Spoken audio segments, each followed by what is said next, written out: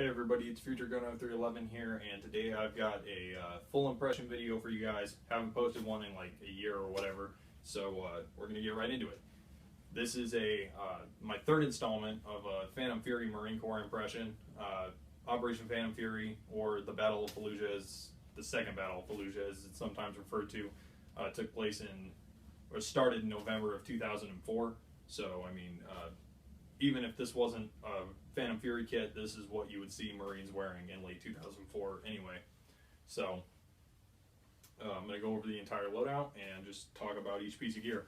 So up top I've got a Pasket helmet with a Marpat reversible helmet cover. It's got the desert side out, obviously, rhino arm and night vision bracket affixed. I've got a green cat eye band underneath, but it's kind of hard to see because of the goggles. I've got Old Chen ESS goggles here. They're the green ones with the black cover as opposed to the tan ones that are newer. Those were seen. I've got a notepad here, which I've seen some Marines and soldiers do at the time period and still do. It's just a regular like school one. I need to replace it with a Right in the Rain, but it does the job for now. On my chest, you'll see I have a Point Blank. This is an early production. I believe it's from 2002. It's still got the black lining. That's how you can tell. The green linings are a little bit newer. So anyway, I've got an early production Point Blank Interceptor body armor or outer tactical vest. The abbreviations for both of those being IBA and OTV. It's obviously in the woodland pattern. I have the groin protector affixed to it and the collar and throat protector assembly. You'll notice that I have the throat protector flipped over the back because it snaps on, but you can snap it on and flip it behind you, which a lot of guys did when they weren't actually wearing it up front here to keep it out of the way, or they just snap it on one side and let it hang. I find it flops around too much when you do that, so I have it flip backwards, which is still accurate, and I still get to keep the collar on there, or the throat protector on there.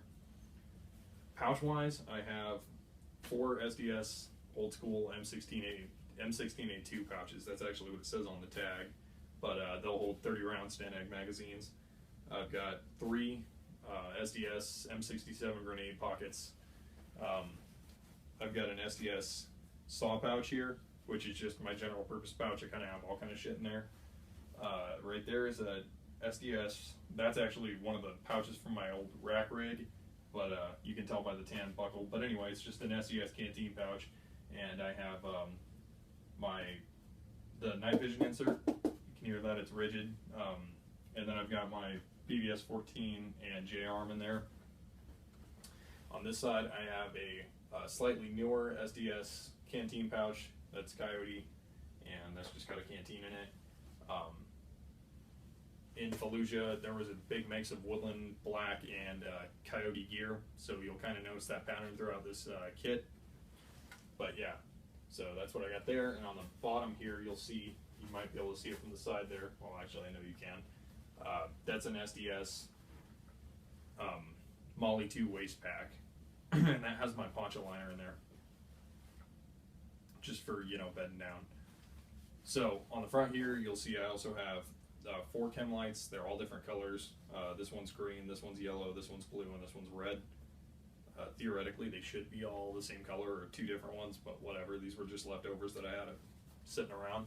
So I have them all, you know, hooked onto the molly down here by a piece of 550 cord. This is somewhat common, and has been for a long time in the military.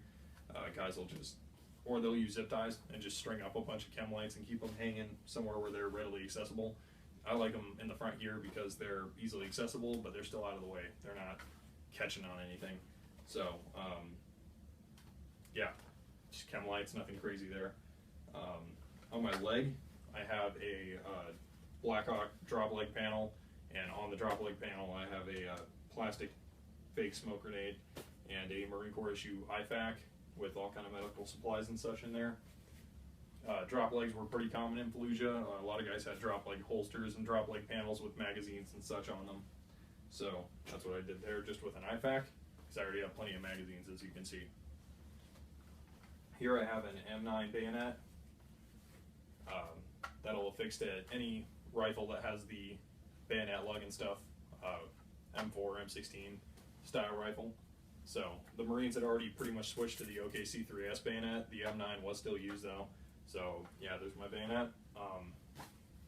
Here's the dump pouch that I use. It's just a random tan dump pouch to retain your magazines. Those were sporadic throughout the early OIF period. They were seen, but not super common. On my leg here, I have one of my Bajan knee pads, the Coyote ones. A lot of Marines private purchase just like work knee pads, and a lot of them had the Woodland version of these knee pads, where instead of the tan, it's just Woodland and still got a black knee and all that. But tan ones were still used. I've seen pictures of Marines in Fallujah using the tan ones, and so I have just one on there for when I take a knee. I find that wearing two constricts my legs a little too much. In my cargo pocket here, I have just a plastic bottle of water. A lot of Marines carried plastic bottles of water in addition to their camelbacks or canteens or whatever. It's just because of what they had. A lot of guys I've talked to kept their water bottles in a pocket like that, or a couple others I know put them in their dump pouch like so. Just kept it easy to get to. So yeah, I like it in the pocket though. So, and for uniform, I'm wearing regular Marine Corps MCCU camis. These ones are unfortunately not a matching set. These ones are a little more sun bleached and stuff. I want to get a pair of pants that match them a little bit closer though, because I love the way this looks. Faded Marpat with the Woodland looks really good to me. The sleeves are rolled up a little bit. Such was done somewhat common, just to keep yourself cool a little bit. It helps the airflow.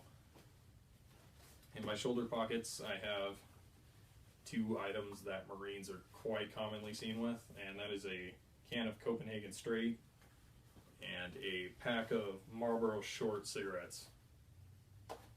Because a lot of Marines dip and smoke. So, yeah. That's, oh yeah, the pack, sorry. So that's a SOG assault pack. Plenty of private purchased assault packs were used at the time.